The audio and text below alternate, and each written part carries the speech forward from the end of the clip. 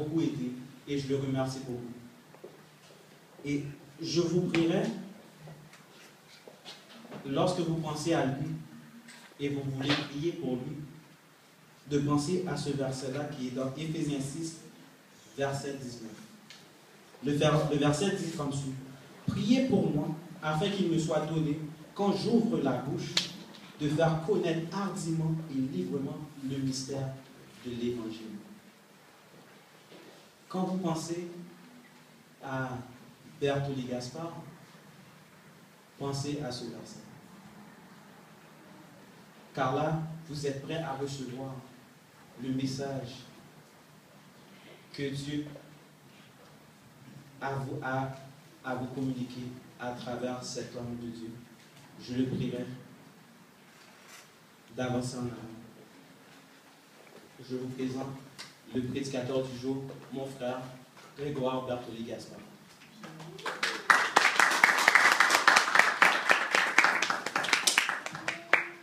Ouvrons nos fronts pour une courte prière pour la gloire de Dieu. Humblement prosterné devant toi, Père Saint, nous voulons te remercier dans un premier temps, Seigneur Dieu, pour les chants, Seigneur Dieu, pour les louanges, Seigneur Dieu, pour ton Église. Nous voulons te remercier également, Seigneur Dieu, pour les âmes venues t'écouter ce matin. Et merci, Seigneur Dieu Tout-Puissant, parce que tu as eu pitié de nous, Seigneur Dieu. Nous ne méritons point de prêcher ta parole, de proclamer ton évangile, car nous ne sommes pas parfaits. Mais par ta grâce, Seigneur Dieu Tout-Puissant, tu l'as décidé ainsi. Bénir, Seigneur Jésus, ce message.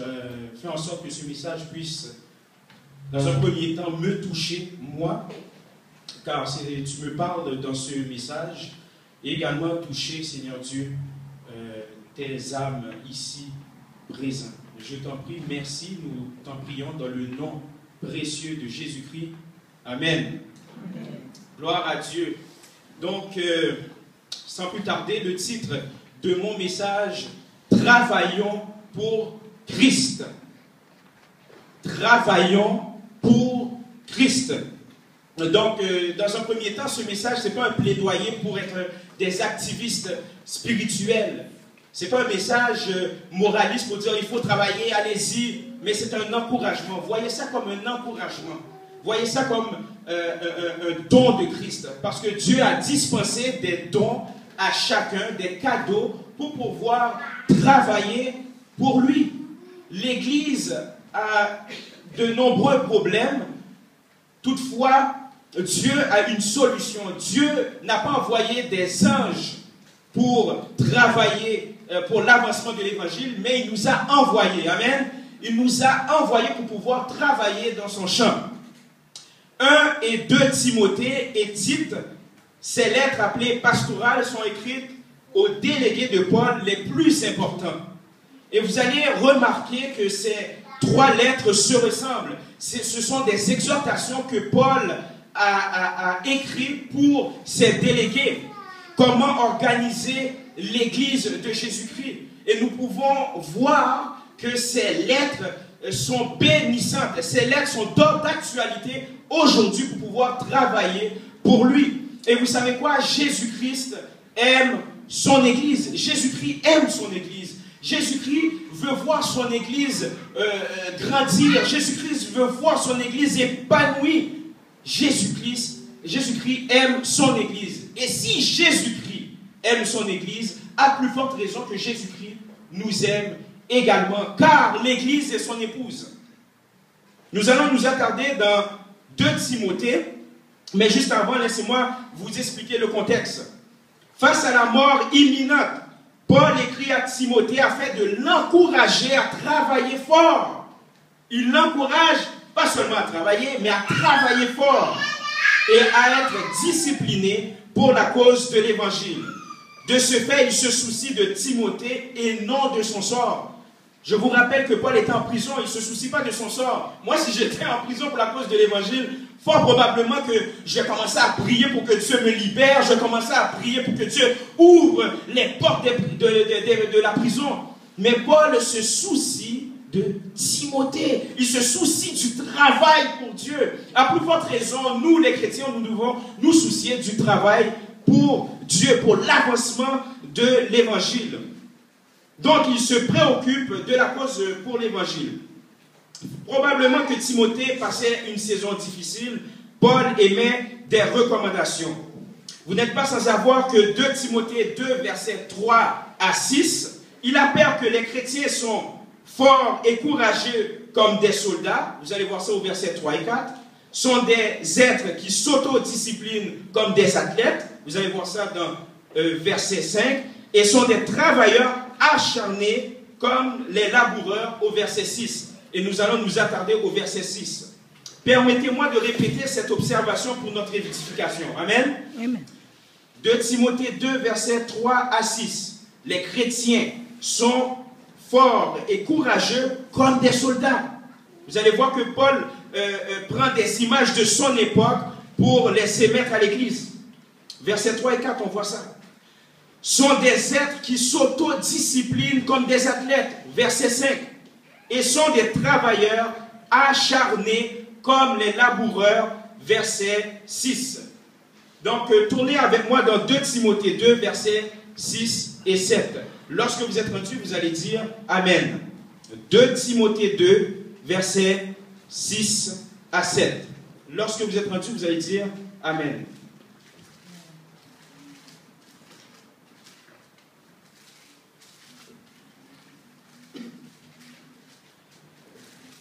Je répète, 2 Timothée 2, versets 6 et 7. Je lis pour vous. Il faut que le laboureur travaille avant de recueillir les fruits. Comprends ce que je dis, car le Seigneur te donnera de l'intelligence en toutes choses. Maintenant, nous allons le lire ensemble. 2 Timothée 2, versets 6 et 7. Nous allons le lire ensemble. On y va. Il faut que le laboureur travaille avant de recueillir les fruits.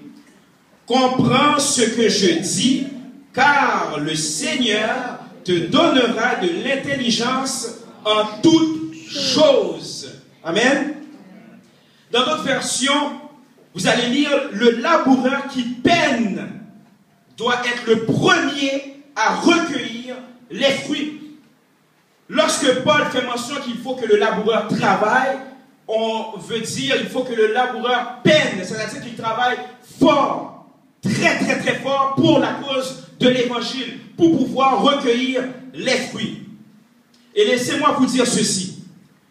Celui qui travaille à la fructification a un droit prioritaire pour sa consommation. Amen. Celui qui travaille à la fructification a un droit prioritaire pour sa consommation.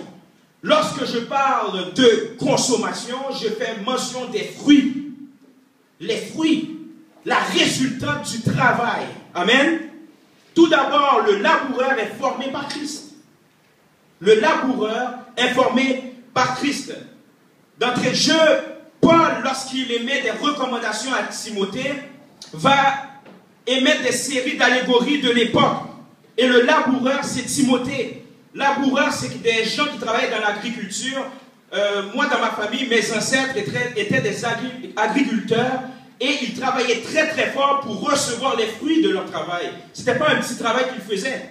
Lorsque je parlais à mon père me disait que son père à lui était un agriculteur. Il travaille très très très fort. C'est un travail ardu. Et le laboureur d'aujourd'hui, ce sont les chrétiens. C'est nous. Et dans cette lettre, c'est Timothée. Et le laboureur est formé pour travailler. Vous n'allez pas voir un laboureur, on lui donne des outils et puis allez-y. Aller travailler dans le champ. Non, il est formé. À plus forte raison que nous sommes formés par Christ. Timothée a été formé, c'était un jeune homme timide, un jeune homme fragile. Mais Dieu a envoyé Paul pour le former. Paul a vu en Timothée un potentiel. Paul a vu en Timothée un leader. Paul a vu en Timothée un chrétien sans compromis. et il l'a formé pour devenir un grand leader. De la même manière, Paul aussi fut formé par Christ. Paul était un persécuteur de l'Église, quelqu'un qui avait du zèle pour sa religion. Mais Paul a été transformé, il s'appelait Saul de Tarse, il a été transformé, son nom a été changé pour Paul. Et il est devenu non un persécuteur, mais il est devenu l'apôtre des gentils. Il est devenu l'apôtre de Jésus-Christ. Il est devenu un grand leader. Voyez-vous?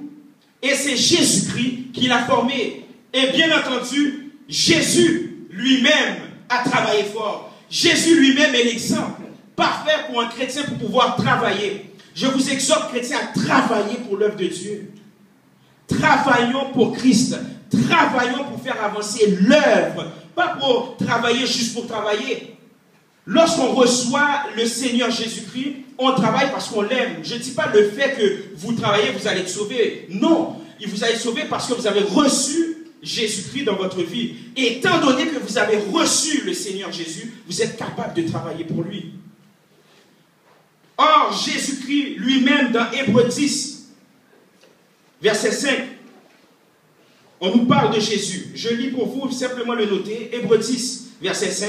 C'est pourquoi Christ, entrant dans le monde, dit, tu n'as voulu ni sacrifice, ni offrande, mais tu m'as formé un corps. Christ, c'est-à-dire Dieu a formé un corps pour Jésus. Et grâce à ce corps, Jésus est venu comme étant un serviteur. Et grâce à lui, on a la vie. Il est venu également. Il a travaillé. C'est-à-dire que dans la transcendance de Dieu, Dieu a formé un corps pour lui, pour nous envoyer un sauveur qui est Jésus-Christ.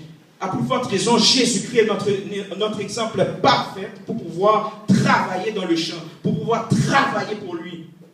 Il y a une pluralité de problèmes dans les églises de nos jours. Pluralité de problèmes. Mais un des problèmes, il n'y a pas assez d'ouvriers. Ou du moins, il y a des gens qui travaillent juste pour travailler pour leur orgueil, pour montrer qu'ils travaillent. Mais il faut travailler sincèrement pour Christ. Amen. Donc, le laboureur, c'est le chrétien. Et le chrétien a besoin d'une formation. Formation, que ce soit intellectuelle, spirituelle. Et lorsqu'on doit travailler pour Christ, lorsqu'on est appelé à travailler, que ce soit dans le chant, que ce soit dans le service, que ce soit par la prédication, que ce soit auprès de la relation d'aide, que ce soit au niveau pastoral, que ce soit au niveau de l'évangélisation, il faut être absolument formé. Formé intellectuellement, mais surtout formé spirituellement. Lorsque Dieu, par l'entremise de son Saint-Esprit, nous forme spirituellement, on a un brisement de caractère. Il y a un brisement qui se passe spirituellement pour pouvoir travailler pour lui. On ne peut pas travailler n'importe comment pour Dieu, mais il y a un brisement, il y a une formation. Vous allez remarquer, parfois, vous êtes zélé pour travailler pour Christ, mais Dieu veut vous briser. Dieu veut changer quelques caractères pour ressembler à Christ. Gloire à Dieu. Et le travail, oui, certes, lorsqu'on parle de travail en général, ça peut être manuel, intellectuel et bien entendu spirituel. Et le laboureur, c'est-à-dire le chrétien, travaille avec Christ. Non seulement il est formé, mais maintenant il travaille avec Christ. Et parfois nous avons une fâcheuse tendance à oublier que on travaille avec lui. Est-ce que vous êtes là? On l'a chanté tantôt. Travaillons et luttons. On doit travailler d'une manière acharnée pour lui. On doit travailler avec zèle pour lui. On ne travaille pas tout seul. On a Jésus-Christ. On a le Saint-Esprit, le Paraclet, celui qui est à côté de l'avocat. On travaille avec Christ. Et le travail permet une dignité, une forme d'aisance. Vous allez voir, même dans le monde séculier, il y a des gens qui sont fiers de travailler. C'est une forme de dignité. Mais à plus forte raison qu'à l'église, c'est une dignité. C'est une fierté de travailler pour Christ. Pas pour notre satisfaction personnelle, mais pour la gloire de Jésus, pour la gloire de Dieu. Il y a une forme de dignité lorsqu'on travaille pour la cause de l'évangile. L'évangile, c'est la justice sociale. L'évangile, c'est l'amour. L'évangile, c'est la guérison. L'évangile, c'est la vérité. Il y a une forme d'aisance, il y a une forme de dignité lorsqu'on travaille pour la vraie personne qui est Jésus-Christ. Et je vous ai fait mention au tout début que le laboureur, ce sont les serviteurs de Dieu qui travaillent pour la cause de l'évangile. Tournez avec moi dans 1 Corinthiens 3, verset 9. Et n'oubliez jamais que c'est Paul qui encourage Timothée à travailler. Travailler fort. Travailler pour la cause de l'évangile. Si Paul était en prison, sa mort approchait. Et il encourageait Timothée, le jeune homme qu'il a formé pour pouvoir travailler. Et le travail est extrêmement important pour Paul, le travail de l'évangile. Lorsqu'il a écrit à l'église de Corinthe, c'était la même chose. 1 Corinthiens 3, verset 9.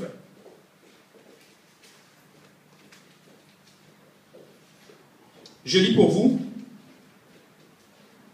Car nous sommes ouvriers avec Dieu.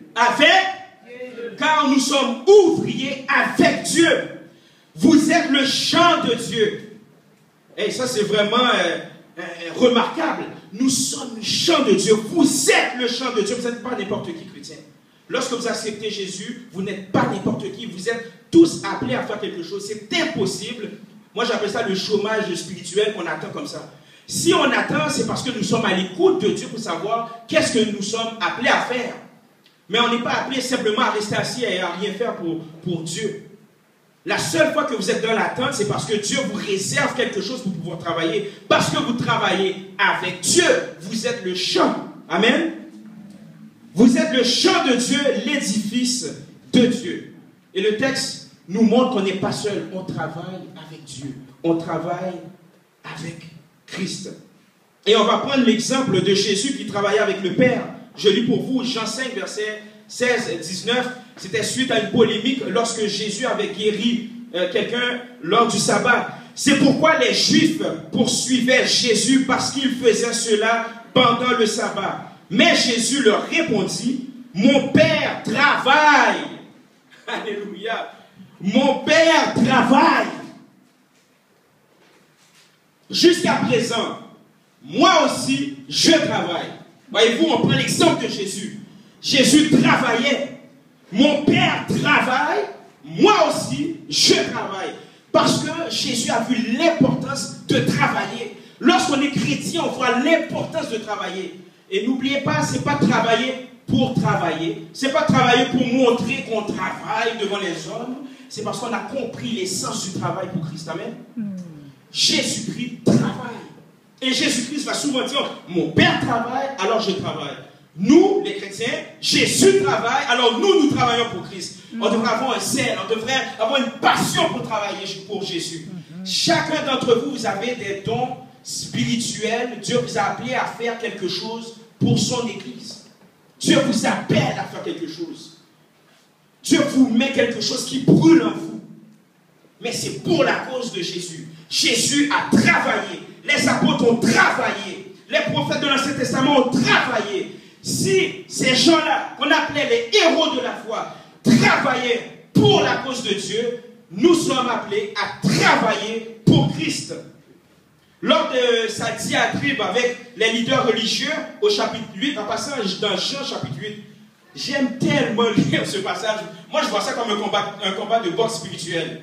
C'est comme moi, là, je vois ça, c'est Jésus qui est en train de parler avec les leaders religieux. Vous savez, il y a comme une forme de débat, etc. J'adore ce passage. Et Jésus va faire souvent mention de son rôle, va faire souvent mention qu'il travaille, pas en vain. Je lis pour vous Jean 8, versets 15 à 18. Simplement le noter. Jean 8, versets 15 à 18. Vous jugez selon la chair. Moi, je ne juge personne. Et si je juge, mon jugement est vrai, car je ne suis pas seul. Car je ne suis pas seul. Mais le Père qui m'a... Aïe, aïe, aïe. Mais le Père qui m'a envoyé est avec moi. Il est écrit dans votre loi que le témoignage de deux hommes est vrai. Je rends témoignage de moi-même. Et le Père qui m'a envoyé rend témoignage de moi. Parce que les Juifs disent, ah ben là, c'est pas vrai, qu'est-ce que tu dis? Il faut qu'il y a deux témoins. Mais Jésus dit, mais ouais, il y a deux témoins, il y a moi puis le Père. Qu'est-ce qu'il y a?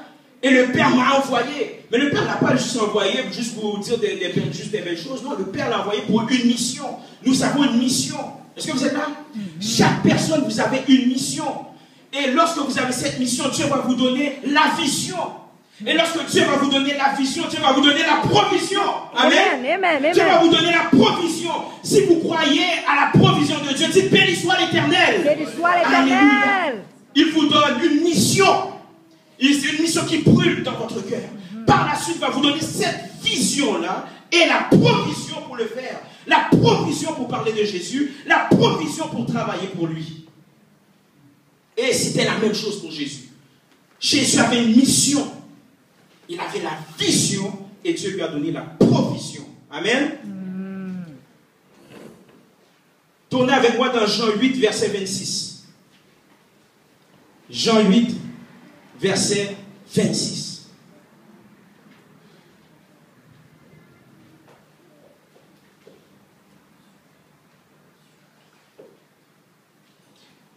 Voici qu'est-ce que Jésus dit. Lorsqu'il parlait avec les leaders religieux de son époque, des leaders religieux qui étaient orgueilleux, qui montraient devant tout le monde qu'ils travaillent, qui montraient qu'ils étaient des intellectuels, qui montraient qu'ils connaissaient tout. J'ai beaucoup de choses à dire de vous et à juger en vous, mais celui qui m'a envoyé encore est vrai. Et ce que j'ai entendu de lui, je le dis au monde. Jésus-Christ a dit que celui qui m'a envoyé est vrai. Il est vrai et j'ai entendu de lui. Tous les gens qui sont appelés pour travailler pour l'œuvre de Dieu, vous entendez qu'est-ce que Dieu dit. Amen. Vous ne travaillez pas en vain, vous ne travaillez pas pour votre cause. Vous avez une relation, vous avez une communion avec le Père. Le Père va vous dire, bon, voici, je t'ai donné tel talent, tel don spirituel, maintenant voici ton travail. Il y a une forme de communion. Dieu avait une communion avec le Père. Est-ce que c'est là, il avait une communion, il savait quelle était sa mission. Et ce que j'ai entendu de lui, voyez-vous, j'ai entendu de lui, je le dis au monde. On doit le dire au monde, l'Église doit sortir aussi. Oui, c'est bien beau de rester entre nous, s'édifier ensemble, mais on a aussi une mission d'aller chercher d'autres personnes, malencontreusement, qui ne connaissent pas Christ.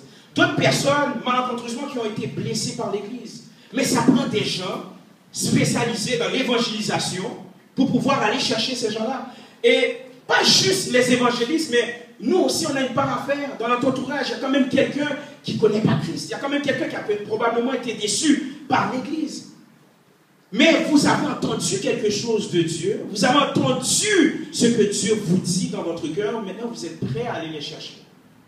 Par le Saint-Esprit. Par l'Esprit de Jésus. Par la lecture de la parole. C'est la lecture de la parole. Vous mangez la parole. Vous vivez la parole de Dieu. Maintenant, vous êtes à même de capable d'aller chercher ces gens-là. Dieu va vous donner un esprit d'intelligence. Un esprit très intelligent pour aller chercher ces gens-là. Parce que l'intelligence se résume en Dieu. Amen. Et on le voit ici. J'ai beaucoup de choses à dire de vous et à juger en vous, mais celui qui m'a envoyé est vrai. La personne qui vous a envoyé est vrai. Jésus-Christ a dit, je suis le chemin, la vérité et la vie. La vérité. Et cette vérité vous a envoyé. Cette vérité vous a envoyé pour travailler pour son Église. Il faut travailler pour Dieu. C'est impérieux. Ce n'est pas les gens qui ne connaissent pas Christ qui vont commencer à faire avancer l'œuvre de Dieu. Ça prend des chrétiens. Ça prend des serviteurs de Dieu. Amen. Et en guise de conclusion, le laboureur travaille pour Christ. Maintenant, on travaille avec Dieu, mais aussi on travaille pour Christ. Christ est notre patron. Timothée, lorsqu'il travaillait pour Dieu, il travaillait pour Christ. Paul l'a écrit, Paul l'a formé, a émis des recommandations, et suite à ça, maintenant, il est dans l'optique, oui, il travaillait pour son Église, mais en même temps, il était un leader, il travaillait pour Christ, pour la cause de l'Évangile. Il avait compris l'importance capitale de travailler pour lui. Alléluia. Jésus est le chef de l'Église.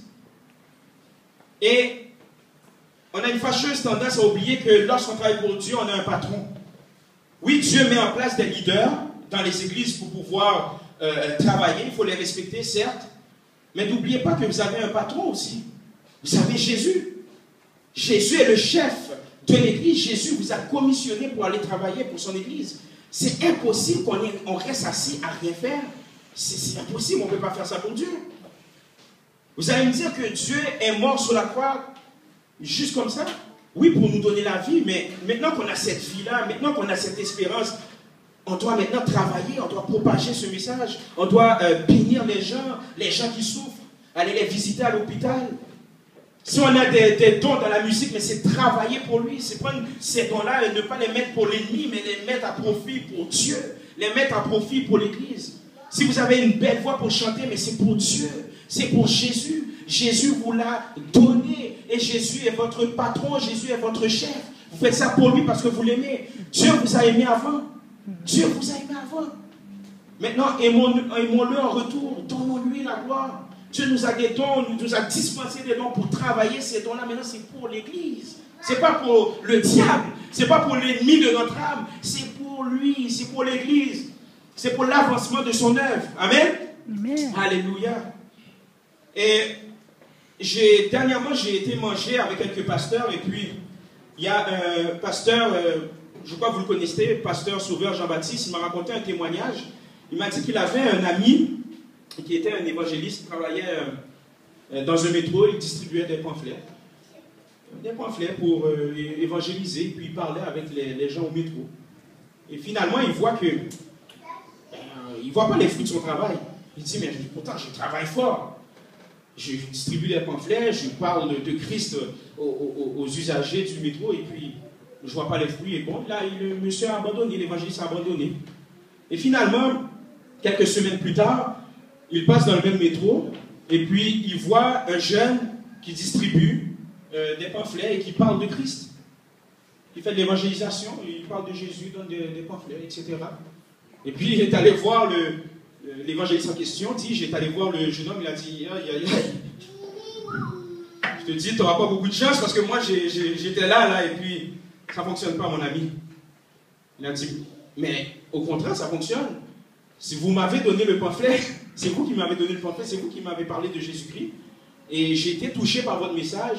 Et voyant que vous n'étiez plus ici, j'ai pris votre place.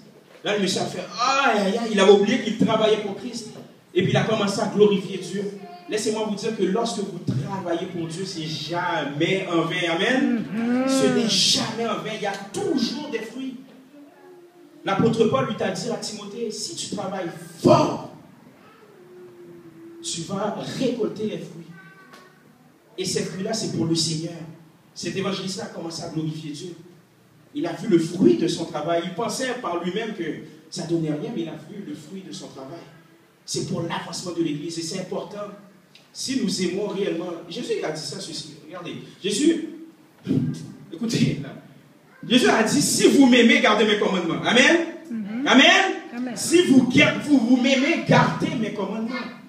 Si on aime réellement Jésus-Christ, on va travailler pour lui. Si on aime vraiment Jésus-Christ, ça se peut que dans notre saison spirituelle, on ne sait pas à quoi nous sommes appelés à faire. On va rencontrer des leaders, votre pasteur, ou du moins, vous priez aussi chez vous, vous lisez votre parole à savoir, mais qu'est-ce que Dieu m'appelle à faire? Il faut que je travaille, c'est urgent.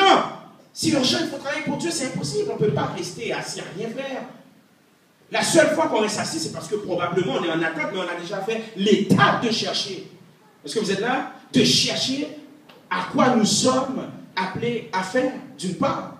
Et d'autre part, lorsqu'on est dans cette attente-là, Dieu va nous éclairer, Dieu va nous donner un esprit d'intelligence à savoir maintenant qu'est-ce qu'on doit faire pour l'avancement, pour l'œuvre de Dieu. Travailler pour Christ. Travailler pour Christ. Et probablement, dans cette salle, il y a des gens qui sont appelés à être des leaders. Et là, je vais parler pour vous, ceux qui sont appelés à être des leaders dans cette église. Il y a un piège à ne pas tomber.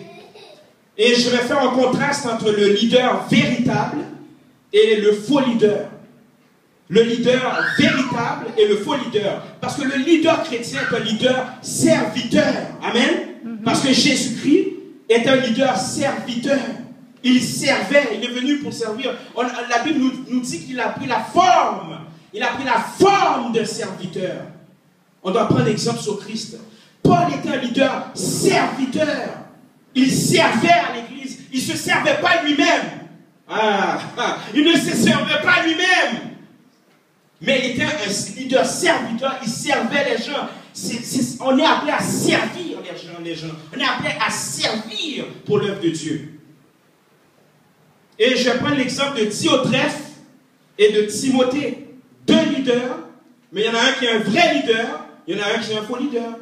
Il était probablement, là je fais de la théologie spéculative, probablement qu'il était un vrai leader, ou bien il s'est détourné, ou sinon il était déjà un faux leader. Et plus tard on a vu les fruits. Tournez avec moi, on va analyser ça ensemble. Cette partie-là ressemble un peu à une étude biblique mélangée avec un peu d'exhortation. Tournez avec moi dans 3 Jean 1, verset 9. Et puis on va le lire jusqu'au... Je vais le lire pour vous, on va voir le verset 9 et 10. On va faire un contraste entre Timothée, qui était un vrai leader, qui était un leader serviteur, un leader serviable, un leader qui a connu quelle était sa mission. Et nous allons voir le leader orgueilleux, le faux leader, le leader qui ne comprend pas l'œuvre de Dieu. Voici ce que Jean a écrit. 3 Jean 1, verset 9. 3 Jean 1, verset 9. Je lis pour vous. J'écris quelques mots à l'église. Moi, je vous dis, j'aime beaucoup analyser ce texte. Vous allez voir. J'écris quelques mots à l'église, mais Diotrephe, qui aime à être le premier parmi eux, ne nous reçoit point. Diotrephe, qui aime à être le premier, ne nous reçoit point. Diotrephe fonctionne avec les co-ouvriers selon le principe suivant. Je suis supérieur, tu es inférieur. Voyez-vous, c'est ça qu'on voit dans le texte. Je suis supérieur, vous êtes des inférieurs. Mais Timothée, lui, il a une bonne estime auprès de ses co-ouvriers. Avec les gens qui travaillent, on le voit dans les lettres. Lorsque Paul lui écrit des lettres, on voit que Timothée, c'est quelqu'un qui est capable de travailler avec ses co-ouvriers. Mais Diotrephe, on voit qu'il est orgueilleux, je suis supérieur. Et ceux qui sont appelés dans le leadership à l'église, il ne faut pas avoir cette mentalité-là. Diotrephe a fait cette mentalité-là. Diotrephe était un faux leader. Mais Timothée, on peut le voir dans les lettres. On peut voir aussi que Timothée accompagnait Paul aussi dans ses missions. Il était capable de travailler. Il avait compris c'était quoi un leader, serviteur. Maintenant, on va lire au verset 10a. 10a veut dire la première partie du verset. Toujours dans 3 Jean 1, verset 10a, excusez-moi. C'est pourquoi, si je vais vers vous, je rappellerai les actes qu'il commet en tenant contre nous de méchants propos. On parle encore de Diotrephe. Qu'est-ce qu'on peut constater? Diotrephe est un dirigeant orgueilleux, démontrant peu ou pas de compassion. Un dirigeant orgueilleux, un dirigeant qui n'a pas de compassion, ce n'est pas un dirigeant de Christ. Ce n'est pas ça travailler pour Jésus, qu'on n'a pas de compassion pour les autres. Ce n'est pas ça travailler pour Jésus. Jésus avait la compassion. Il faut toujours avoir dans l'optique de prendre l'exemple sur Jésus. Jésus avait la compassion. Avait la compassion pour les autres. Tous les gens qui ont suivi Jésus-Christ avaient cette mentalité spirituelle, avoir cette compassion. Timothée est un dirigeant humble, démontrant de l'amour envers les autres. Et Paul va en faire mention, et puis on le voit lorsqu'on lit les lettres de Paul qu'il écrit à Timothée. Troisième observation, 3 Jean 1, verset 10b, la deuxième partie. Non content de cela, il ne reçoit pas les frères. Diotrephe, non content de cela, il ne reçoit pas les frères. Diotrephe limite les libertés individuelles, prend les décisions sans l'avis de ses co-ouvriers. Et il y a certains leaders qui fonctionnent comme ça à l'église. C'est-à-dire qu'ils limitent les libertés individuelles, prend des décisions sans l'avis. Non, un leader humble doit travailler. Oui, c'est sûr qu'un leader doit avoir le dernier mot, c'est normal. Ça ne prend pas de chef, 3 chefs. C'est pas ça que j'essaie de dire, mais il y a l'aspect d'humilité. Timothée ne prend pas des décisions seul. Il accepte les conseils. La preuve, les lettres de Paul. C'est un leader, n'oubliez jamais. Lorsque Paul a écrit à Timothée, Timothée est un leader d'église, mais il accepte les conseils. Vous êtes là? Il accepte les lettres de Paul et on les a. Donc on voit quel genre de leader Timothée était. Il travaillait pour Christ. Travailler pour Christ, c'est travailler comme Christ. C'est travailler humblement. Timothée, un grand leader, ne prenait pas des décisions tout seul, il acceptait les conseils. Et également, il a formé des ouvriers. Lorsqu'on accepte ces conseils-là, eh bien, on partage les conseils, les recommandations d'un leader chevronné, et puis on les donne à d'autres. Et Timothée, on va le voir aussi, il a dû former d'autres ouvriers. Quatrième observation dans 3 Jean 1, verset 10c. Je relis juste un petit peu la partie du verset 10b. Non content de cela, il ne reçoit pas les frères, et ceux qui voudraient le faire, il les empêche et les chasse de l'Église. Il les empêche et les chasse de l'Église. Diotrephe engendre un climat où les co-ouvriers dépendent totalement du dirigeant et utilisent des réglementations abusives. C'est pour avoir un sentiment de pouvoir, Diotrephe a fait ça. Hein? Commence à mettre plein de règles, des règles abusives, afin que les gens soient dépendants du leader. Mais Dieu appelle les ouvriers à être dépendants, oui, à respecter le leader, certes, mais à être dépendants de Christ. Ceux qui sont appelés ici à être des leaders, que ce soit dans le diaconat, que ce soit au niveau prédication pastorale, il faut avoir cette mentalité qu'on doit être dépendant de Jésus-Christ. Et malencontreusement, on le voit dans certaines églises, des pasteurs qui s'arrangent pour que le peuple soit dépendant d'eux, des évangélistes qui s'arrangent pour que le peuple soit dépendant d'eux, et mettent des règlements abusifs, les écrasent. Mais Dieu nous appelle à élever son nom, et lorsqu'on élève le nom de Christ, eh bien on élève également les gens avec qui on travaille. Timothée ne cherche pas à être indispensable. Un leader évangélique, quand il sait c'est quoi son appel, il ne cherche pas à être indispensable. Timothée encourage les ouvriers à respecter le leader et le Seigneur. Un leader, son but, ce n'est pas de chercher des postes élevés, ni abuser des fidèles, mais c'est plutôt prendre soin. Qu'est-ce que Jésus-Christ avait dit à Pierre? Prends soin, paie les brebis. Il y a l'aspect humain, il y a l'aspect d'amour, l'aspect chaleur. Lorsque nous sommes appelés à être des leaders, on doit prendre l'exemple sur Jésus. Oui, un leader peut parfois dire des choses, notamment corriger certaines situations, mais avec douceur, tout simplement. Jésus a corrigé ses disciples à maintes reprises. Mais c'était toujours dans l'optique de l'amour. C'était l'amour. C'est l'amour qui guide. C'est l'amour de Dieu qui guide un dirigeant. C'est l'amour de Dieu qui guide un chrétien à travailler. Travailler pour Christ. Nous, les chrétiens, nous sommes appelés à travailler pour la cause de l'évangile, pour l'avancement.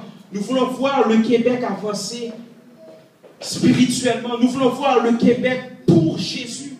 Mais ça prend des chrétiens qui veulent être prêts à travailler. Ça prend des chrétiens qui ont une relation, une communion avec le Christ. Ça prend des chrétiens qui ont soif de la parole de Dieu. Ça prend des chrétiens qui ont soif de la justice de Dieu.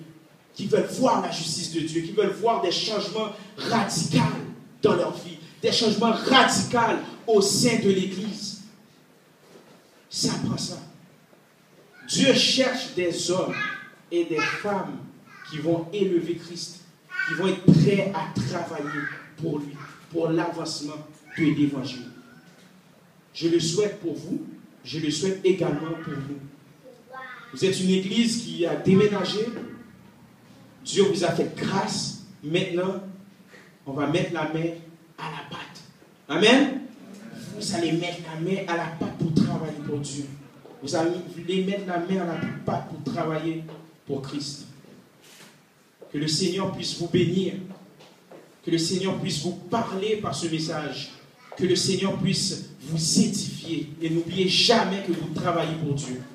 Que le Seigneur vous bénisse. Amen.